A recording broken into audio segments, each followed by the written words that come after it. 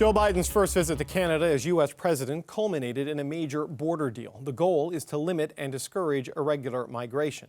Canada and the U.S. share a land border nearly 9,000 kilometers long if you include Alaska. And prior to Saturday, migrants who cross the border between official ports of entry could claim asylum in either country. Well, that all changed Saturday. Now, Canadian authorities patrolling the border can turn asylum seekers back to the United States, regardless of where they crossed. American authorities can do the same with asylum seekers who cross from Canada into the United States. So how did this deal come together? David Cohen is the U.S. ambassador to Canada. Ambassador Cohen, it's good to see you again. It's good to be back. Thanks for having me on. The last time you were on the show about a month ago when we spoke, it sounded to me like no deal was imminent on the Safe Third Country Agreement, yet here we are. What did I miss or what changed? Well, I didn't say that no deal was imminent. What I said in our conversation, which is what I consistently said, was that I was not prepared to confirm or deny whether the subject of the Safe Third Country Agreement would be a subject of discussions at the visit. I said that the key issue is the whole issue of irregular migration.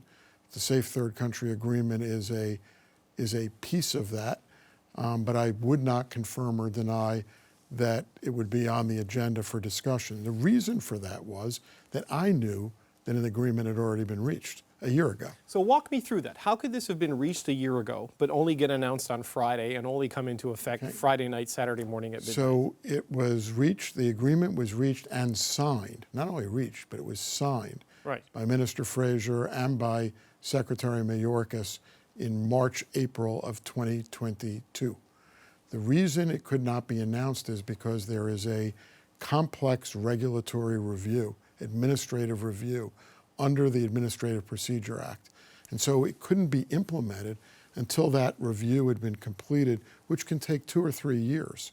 And it was very much in Canada's interest and in the United States' interest not to announce that there was a deal until it was ready to be implemented out of a fear that it would provoke a rush to the border by asylum seekers seeking to beat the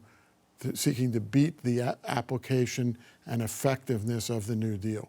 So it was in the oven, waiting for the completion of the administrative review.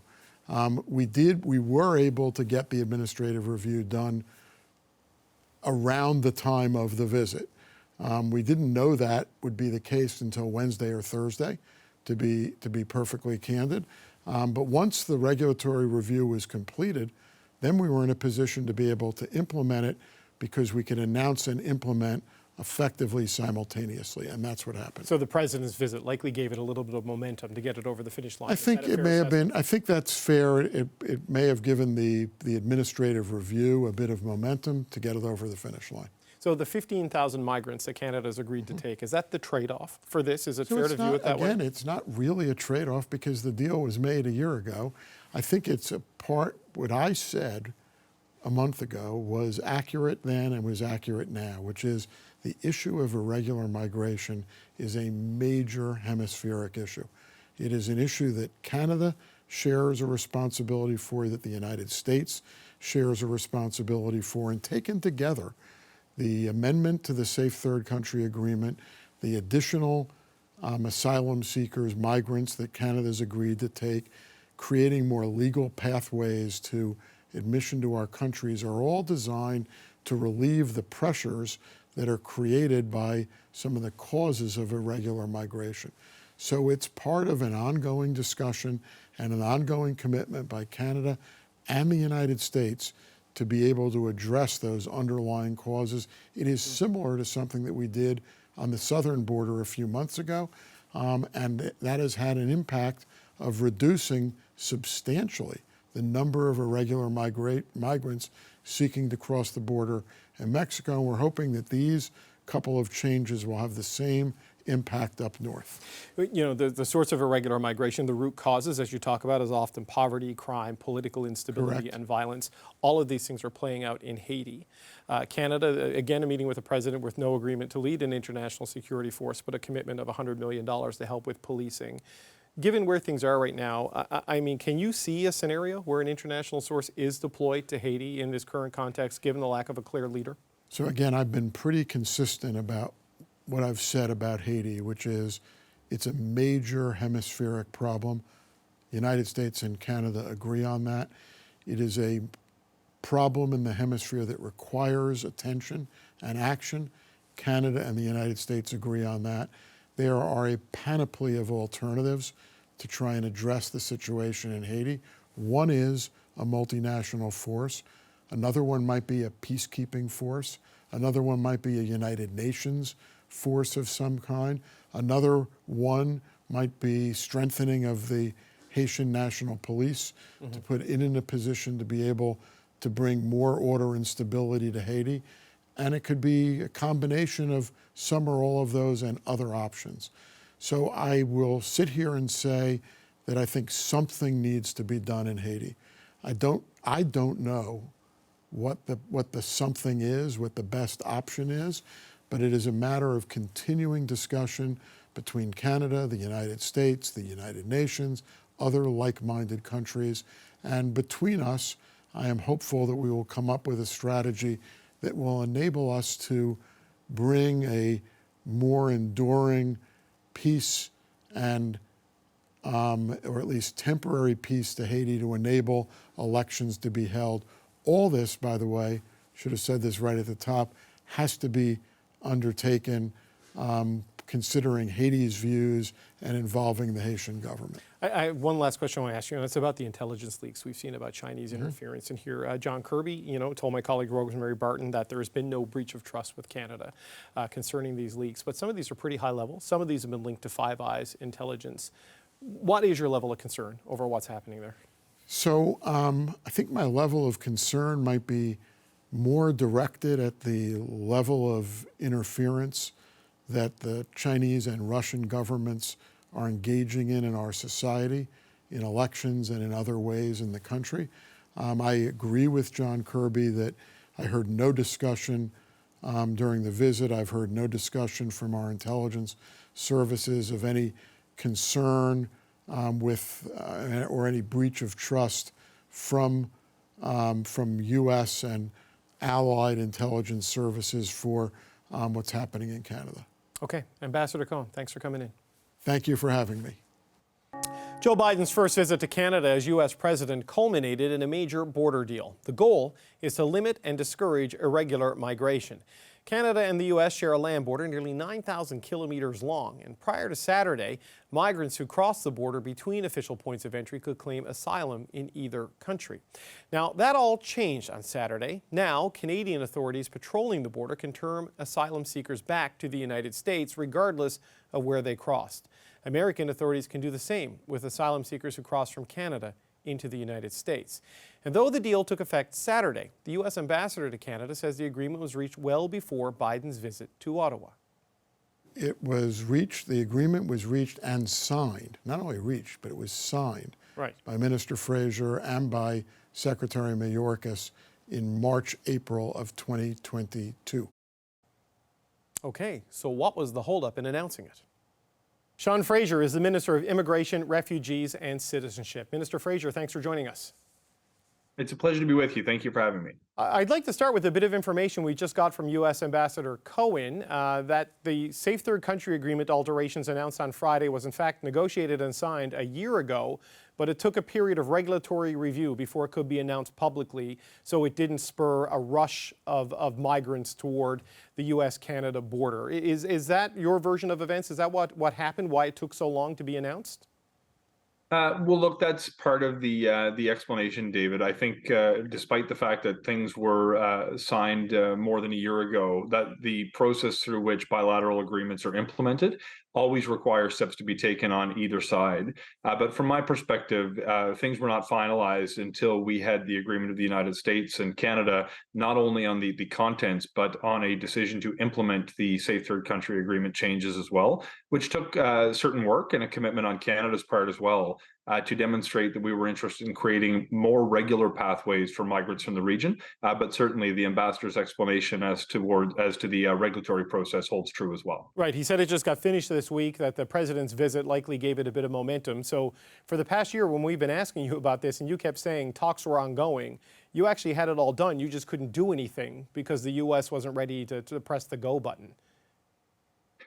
Well, just one point of clarity. I think though the contents of the agreement had been negotiated, details on implementation were very much still being discussed at the time.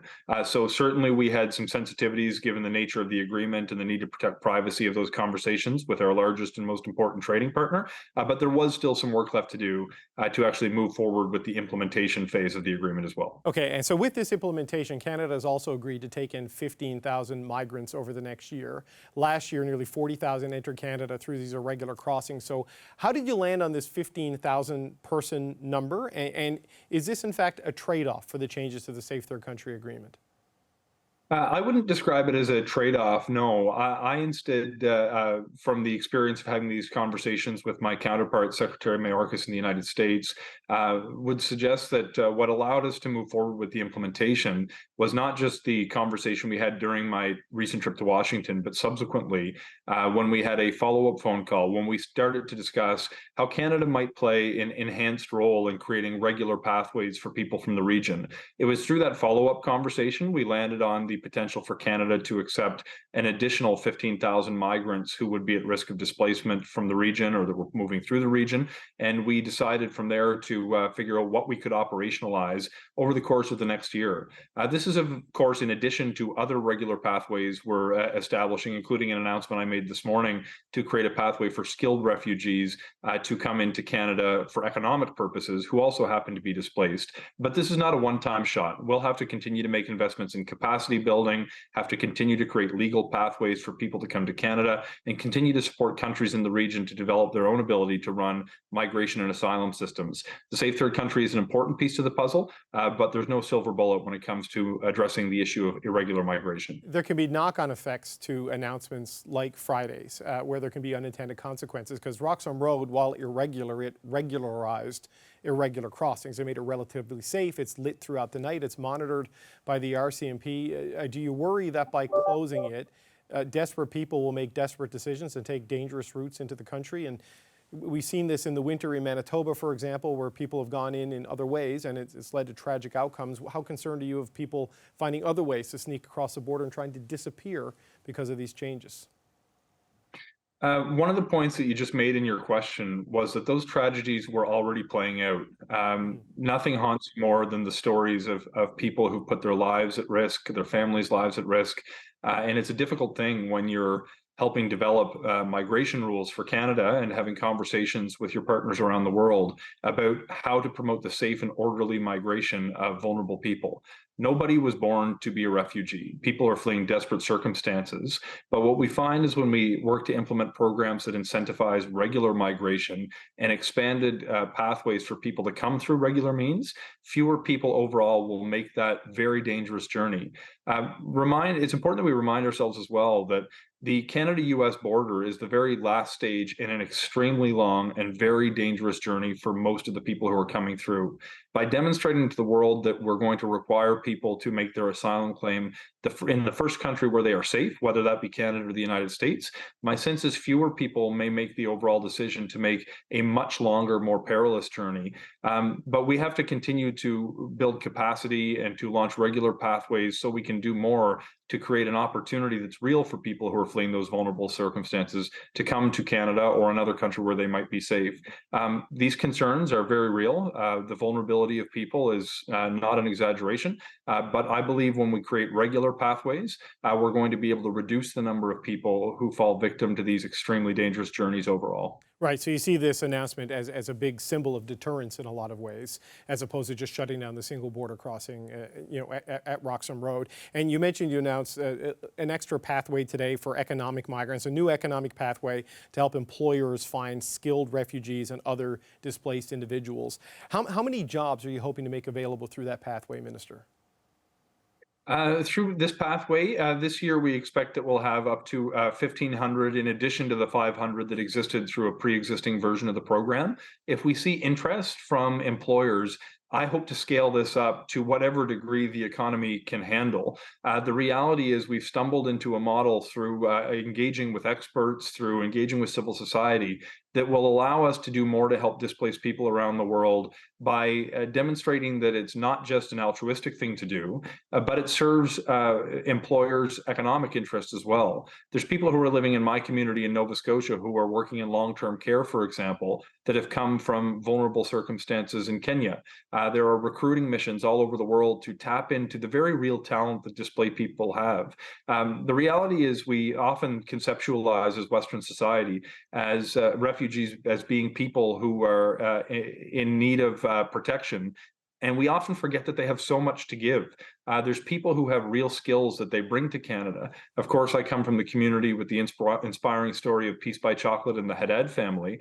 We've developed a way to create those kinds of opportunities for people, not by chance, but by choice, by building humanitarian protections into a new economic migration stream. Right. This is, of course, not displacing any existing refugee streams. It's over and above the protections we intended to give through our immigration levels plan. This is part of the path forward, but as I said before, there's no silver bullet on these things. We have to continue to advance new pathways that provide safe opportunities for families to come to Canada who will receive our protection and hopefully be integrated in our communities and make a meaningful difference after they arrive. Minister Fraser, thank you so much for your time. A pleasure as always. Thank you for having me.